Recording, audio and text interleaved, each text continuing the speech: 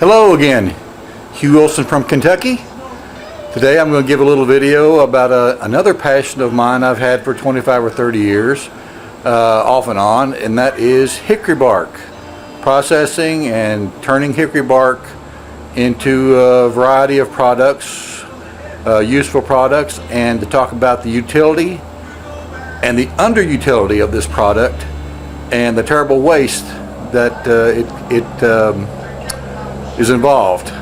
There are hundreds or thousands of smooth bark hickory trees cut every year, and the bark totally goes to waste. It's never utilized, and I would like to see that changed, possibly. I'm not, right off the onset, I want to say that I'm not advocating the cutting of trees for the bark alone. Absolutely not. I'm talking about the utilization of the bark of the trees that are going to be cut anyway as a possibility, as strictly as a value-added timber product. To get your attention about the value-added aspect, once I calculated, I did cut a tree on our property last year for bark. It was not a timber tree, it was just a garbage tree. But just the bark, it was pretty old, and just the bark off that one tree with one product that I make, if I made all the bark into that one product, the value added of the bark off that tree was over $200,000 per tree. That's a pretty serious value added factor. So let's look at this. With that said, let's go look at a tree.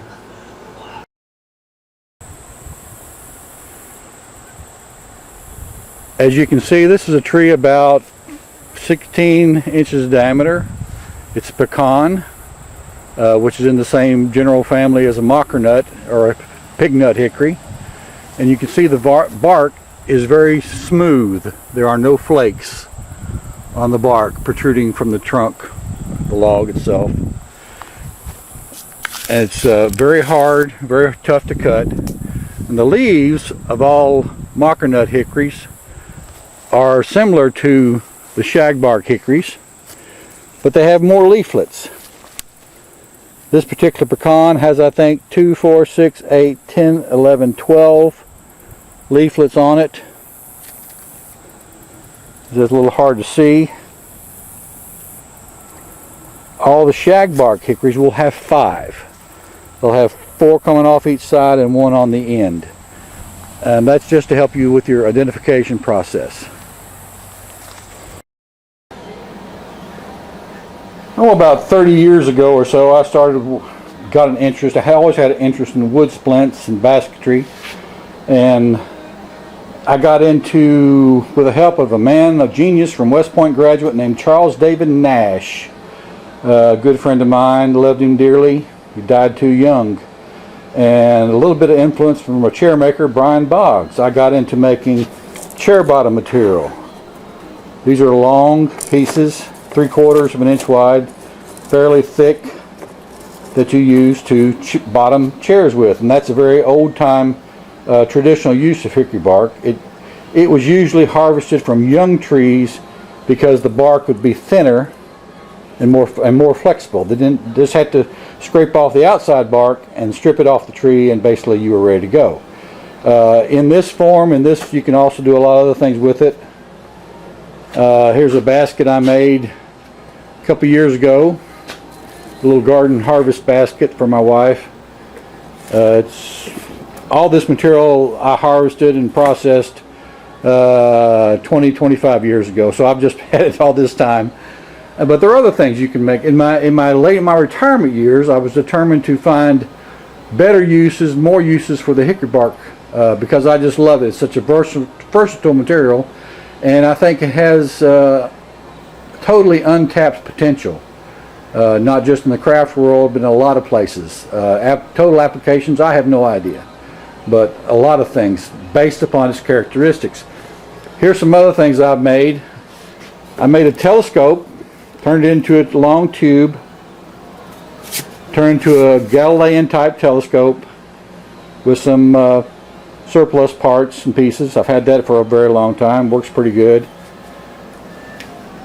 I also have, many years ago, I started making chip clips. These are little, just little form pieces of hickory bark that have a lot of spring action to them, and just use them to keep your bags of chips closed, keep them fresh. Currently, my new product line, I'm making little ink pens that are just friction slide ink pens. The point slides in, slides out, and slides in like that. Toot.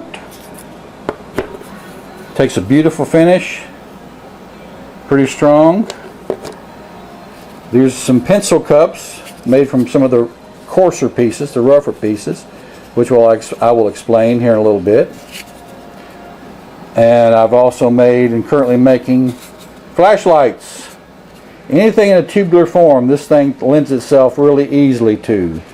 And the flashlight is a turn, operates, turn it on, turn it off with a just turn of the handle. A lot of people seem to like that.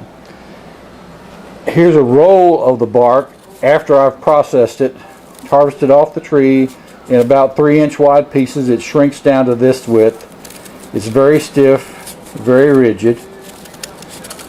But in a fresh form, or after soaking in hot water, it's like this. It's totally flexible, very, very strong. You can tie it in knots, you can wrap it in coils, you can wrap it around the tube, pretty much do anything with it. And the miracle of the material that I think it just amazes me is you take this wet piece, this flexible piece, and you move it around a form or a tube or anything you want, and you let it dry, and where it dries is where it stays, with absolutely no recoil and total strength. Total stiffness. Now they can break, of course, but if they're overextended.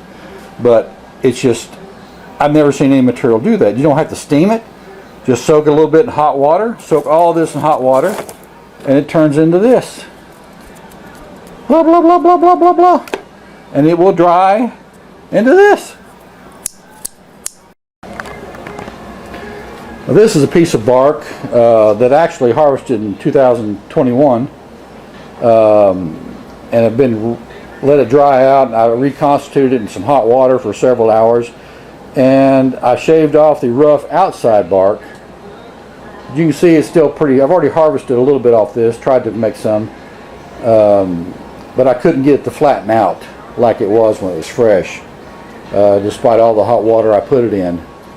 So apparently there's a time constraint there, how you have to process it before it dries out completely, at least the first time. But it's really thick. It's extremely tough. It'll hold a screw. It holds a boat. You can glue it. Super glue loves it.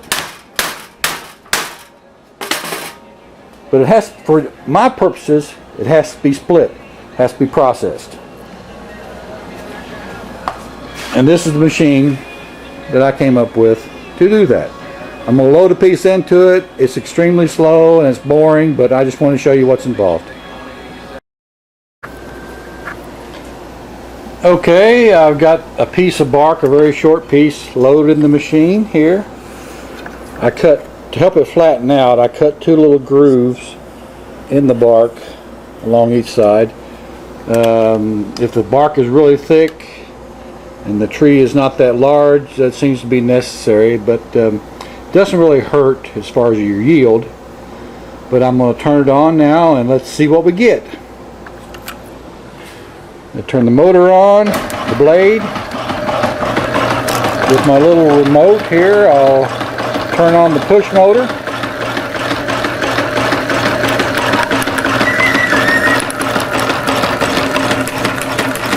Now it's going through underneath the roller, on top of the nose bar, being pressed against the oscillating blade. I can speed it up or slow it down. slower the better, pretty much as far as quality of the bark and evenness of the cut.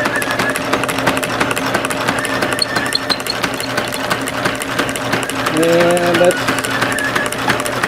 I'll stop it right there. We're at the end of the bark. Turn off the noisy blade. And I've got the top piece, which is just cut, is the remainder. And underneath is a piece of bark we just cut off. And I can grab these, give them a little twist, and out they come. Sometimes it skips a little bit on the little bit of the first cut if it doesn't quite flatten it out. I'll put it in there again and let's run it again.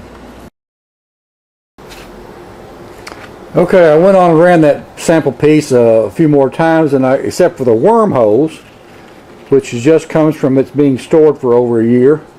The worms were quite active. There's their troughs, their channels that they ate through in the bark.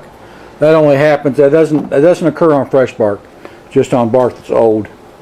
Anyway, I got 6 good pieces, if it was except for the wormholes, off that, and there's still a couple more that could be had off this piece. And they could be thicker, but they're usable for some things. They're probably 50 thousandths thick. Like I say, that's adjustable. That just shows you the kind of square footage you can get off one piece of bark.